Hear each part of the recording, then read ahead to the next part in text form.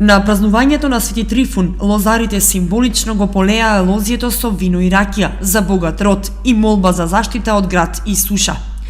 Го направија и адетот, го закроија лозјето во чест на светителот, кој според верувањето е заштитник на лозовите насади и земјиштето што се обработува.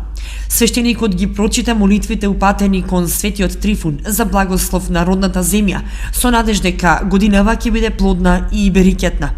Беше осветена и трифунска вода, како и славскиот колач од кумот, беше поделен на сите присутни верници. Ние веќе неколку години уназад се собираме овде, се повикуваме представник од Македонската православна црква, свештеник кој исчитува молитва, значи со која сакаме да ги заштитиме нашите винови лози, нашите дрвца од штетни, од инсекти. Минатата година не можеме да се пофалиме дека беше многу добро, значи така се случи, малку временски неприлики, навремено прскање, меѓутоа родот беше слаб.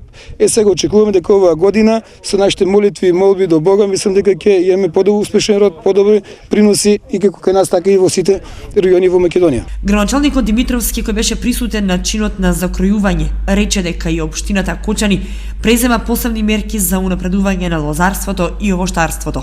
Податокот за лозјата во Кочанско знам дека секоја година се зголемува, дека над 1500 хектари веќе имаме. Имаме посебни мерки за проширување на лозарството, посебно на овоштарството. Денешниот ден е порака дека ќе имаме и добра родна година.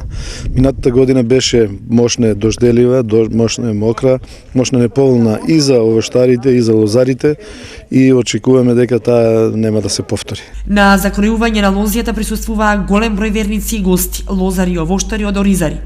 По традиционалното закројување на лозјето се почестија со богата трпеза, а на здравија со чашка ракија и вино.